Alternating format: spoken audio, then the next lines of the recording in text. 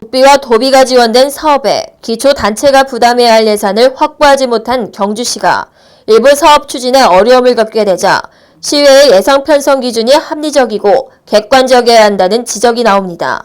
30일 경주시에 따르면 국도비가 지원된 사업은 보조 비율대로 예산을 편성해 시의회 승인을 받아 당해 사업이 차질 없도록 집행해야 합니다. 이에 따라 시의회는 집행부가 요구한 예산을 심의해 사업의 성격과 성과에 따라 감액과 증액을 결정합니다.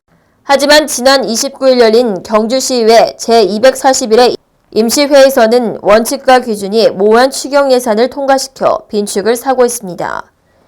시의회가 보조비율에 따른 일반적인 룰을 무시한 채 상임위에서 삭감된 예산을 예결위에 살리고 상임위에서 결정한 예산을 예결위에서 삭감해버리는 등 평형 감각을 잃었다는 것입니다.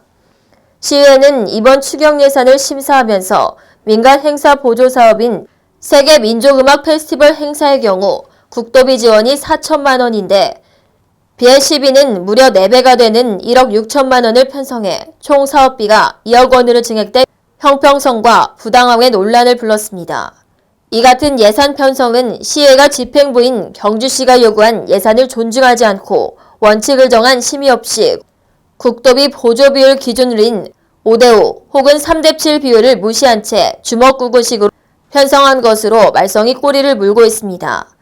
앞서 시의회는 지난 연말 2019년 당초 예산 편성 때 행사 성격과 행사 규모를 무시하고 한 개 민간 보조기관별로 2억 원을 초과하지 못하도록 투표로 유례없는 상한선 룰을 정해놓고 예산을 심의하는 바람에 침체된 경주관광을 활성화하기 위해 마련된 행사들의 예산을 무더기로 삭감한 바 있습니다. 당시 의원들은 상한선을 정하고 예산을 삭감할 것인지 일정한 비율로 조정할 것인지를 두고 논란을 벌이다가 표결에 들어서 상한선을 두자는 쪽으로 결론을 낸 것으로 알려졌습니다. 특히 일부 행사에는 전액 삭감될 수년째 행사를 치러오면서 시민들로부터 호응을 받아온 행사들이 예산을 확보하지 못해 추진을 포기하는 등 초유의 사태가 일어났습니다.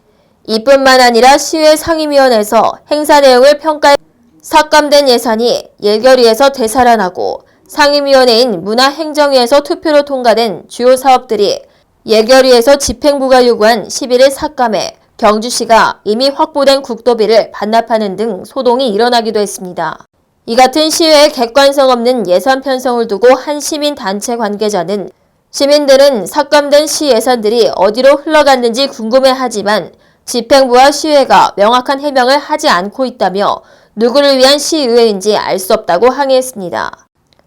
전 시의원 A씨는 시의회 예산 편성은 경주시의 살림살이를 결정짓는 매우 중요한 일이지만 예산을 심의하는 의원들에게는 책임과 의무가 뒤따르다며 예산 편성권을 쥐고 갑질을 한다면 시민은 물론 집행부와의 갈등을 면치 못할 것이 분명하므로 제대로 된 예산 편성에 대한 공부부터 하는 것이 옳다고 꼬집었습니다.